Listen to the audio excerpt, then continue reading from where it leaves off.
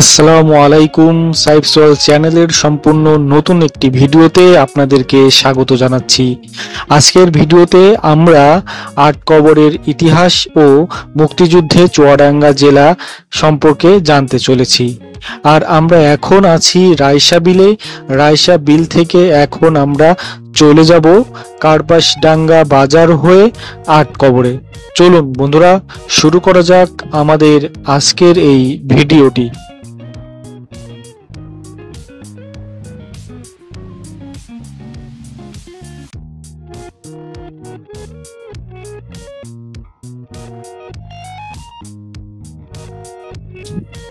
জীবন প্রদীপ নিভানো সংকেত, ঘন্টা বাজিছে দূরে, অজানা এক সুরে মম নাম ধরে ডাকে ওই বারে বারে।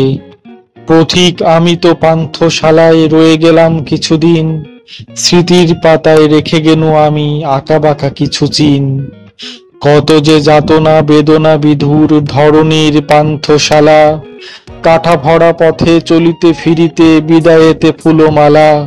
প্রফুল্ল বদন আসিয়া দেখিনু বিদায়েতে রোনাসুর, বিদায়ী বিলাপ ভেসে যায় আজি দূর হতে বহুদূর।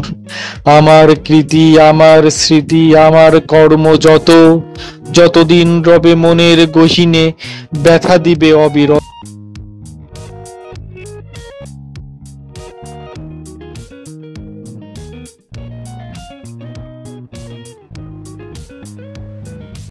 বন্ধুরা, আমরা এখন দাঁড়িয়ে আছি চুয়াডাঙ্গা জেলার আরেকটি স্মৃতি বিজড়িত স্থান, যার নাম হচ্ছে আট কবর।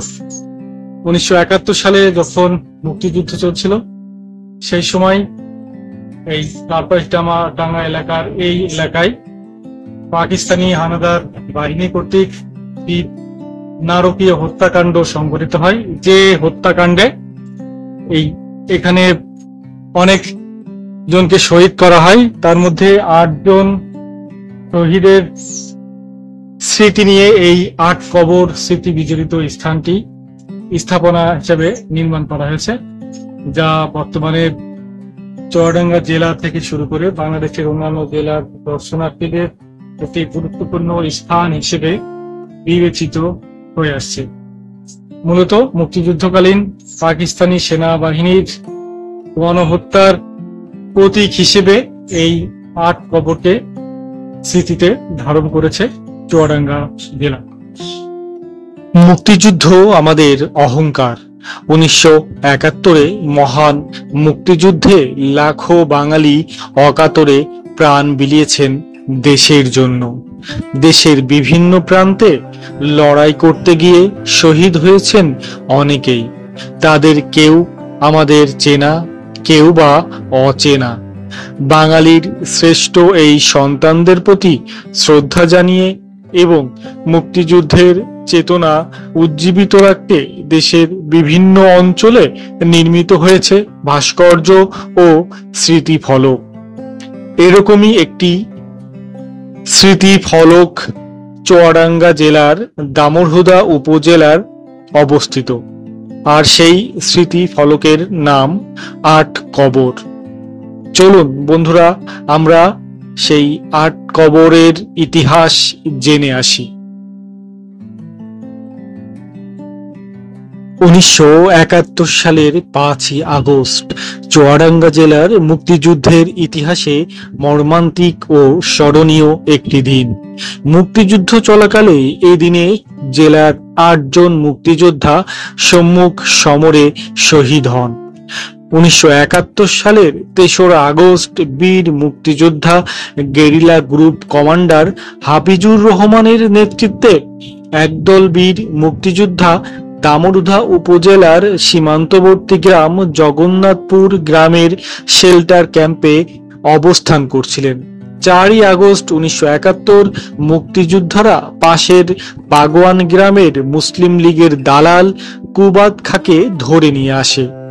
মুক্তিযোদ্ধারা পাকিস্তানি হানাদারদের উপর আক্রমণ করার পরিকল্পনা করছিল। 5 আগস্ট সকালে পাকিস্তানি দালাল কুবাত খার 2 জন লোক মুক্তিযোদ্ধা ক্যাম্পে গিয়ে খবর দেয় রাজাকাররা তাদের ধান কেটে নিয়ে যাচ্ছে। এই খবর শুনে মুক্তিযোদ্ধা হাসান জামানের নেতৃত্বে একদল মুক্তিযোদ্ধা রাজাকারদের শায়েস্তা করার জন্য অস্ত্র নিয়ে আনুমানিক 2 কিলোমিটার দূরে বাগওয়ান গ্রামের মাঠে দুই দলে বিভক্ত হয়ে অগ্রসর হতে থাকে। মুক্তিযোদ্ধাদের রেকি দল ফিরে যাওয়ার সাথে সাথে নাটুদাহ ক্যাম্পের পাকিস্তানি সেনারা পূর্ব পরিকল্পনা অনুযায়ী মাঠের আখ্যাতে ইউকাটিং অ্যাম্বুশ করে। মুক্তিযোদ্ধারা কিছু বুঝে ওঠার আগেই তাদের অ্যাম্বুশে পড়ে যায়। এখানে পাকিস্তানি হানাদারদের সাথে মুক্তিযোদ্ধাদের প্রায় 2.5 ঘন্টা যুদ্ধ হয়। পাকিস্তানি হানাদারদের কাছে থাকা আধুনিক আগ্নেয়াস্ত্র মুক্তিযোদ্ধাদের ওপর ব্যবহার করতে থাকে। অবস্থা বেগতিক দেখে মুক্তিযোদ্ধারা কৌশলে দুটি দলে বিভক্ত হয়ে শত্রুদের আক্রমণ করতে থাকে। এই অবস্থায় যে কোনো একজনকে কাভারিং ফায়ার দিয়ে নিজ দলকে বাঁচাতে হয়। বীর মুক্তিযোদ্ধা হাসান জামান স্বাভাবিক ফায়ারের দায়িত্ব নিয়ে শহীদ হন।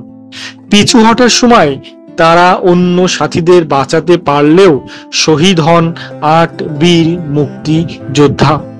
পাকিস্তানি হানাদাররা তাদেরকে ঘিরে ফেলে খুব কাছ থেকে গুলি করে হত্যা করে।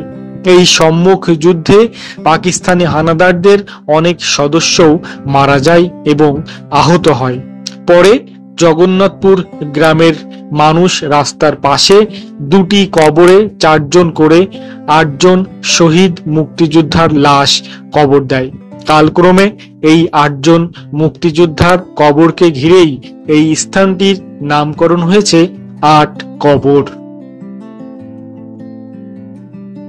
বন্ধুরা, এবার চলুন জেনে আসি 8 কবরে সমাহিত 8 জন শহীদ মুক্তিযোদ্ধার পরিচয়।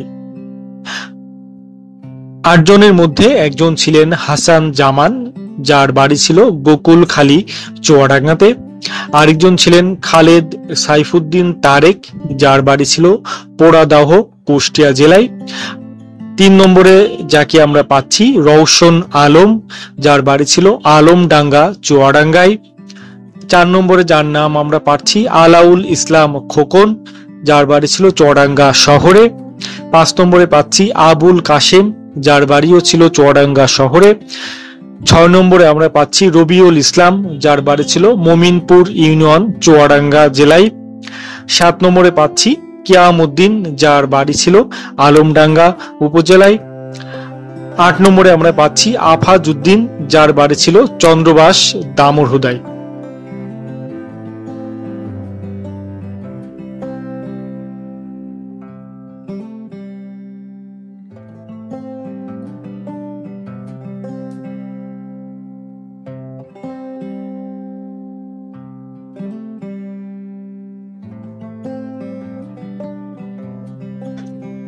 মুক্তিযুদ্ধের দীর্ঘ সময় পার হয়ে যাওয়ার পর 1998 সালে 0.66 একর জমিতে 8 কবর কমপ্লেক্স তৈরি করা হয়।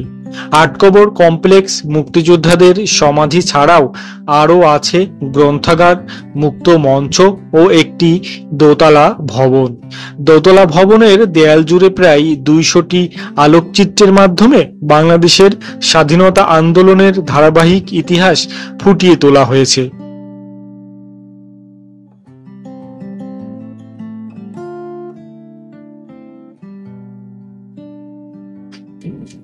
বন্ধুরা, চলুন এবার জেনে আসি ঢাকা থেকে 8 কবর যাওয়ার উপায়। রাজধানী ঢাকা থেকে বাস এবং ট্রেনে উভয়ভাবেই চুয়াডাঙ্গা যাওয়া যায়। সড়ক পথে ঢাকা থেকে চুয়াডাঙ্গা যাওয়ার জন্য ঢাকার গাবতলী এবং সায়দাবাস বাস টার্মিনাল হতে চুয়াডাঙ্গা যাওয়ার বাস ছেড়ে যায়। এখান থেকে রয়্যাল, পূর্বাশা, চুয়াডাঙ্গা ডিলাক্স, গোল্ডেন লাইন প্রভৃতি শ্রেণীর বাস পেয়ে যাবেন। আর রেলপথে ঢাকা থেকে চুয়াডাঙ্গা যাওয়ার জন্য ঢাকার কমলাপুর রেলওয়ে স্টেশন থেকে চিত্রা, সুন্দরবন এবং বেনাপোল এক্সপ্রেসে হয়ে আপনি চুয়াডাঙ্গায় চলে আসতে পারেন। চুয়াডাঙ্গা পৌঁছে শহর হতে সরাসরি বাস অথবা লেগুনাতে করে 8 কবরে যাওয়া যায়। এছাড়া বাস, সিএনজি, অটো যোগে দামোহদা হয়ে 8 কবরে যাওয়ার বন্দোবস্ত আছে।